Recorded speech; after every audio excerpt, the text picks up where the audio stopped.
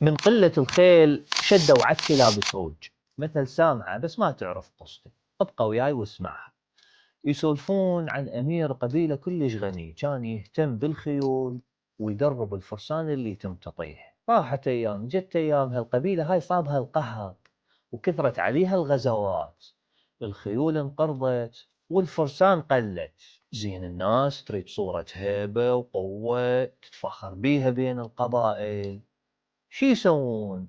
اجا واحد من المستشارين على امير هاي القبيلة، قال له انطيك حل سهل وسريع ويمشي على الناس. وبالفعل هذا الامير مشى ورا المستشار هذا مثل الحديدة على الطمطم. شنو الحل؟ قال له نجيب كلاب الصيد اجلكم الله، نربيها ونكاثرها ونشد عليها سروج الخيل وننطيها للفرسان تتمشى بيها.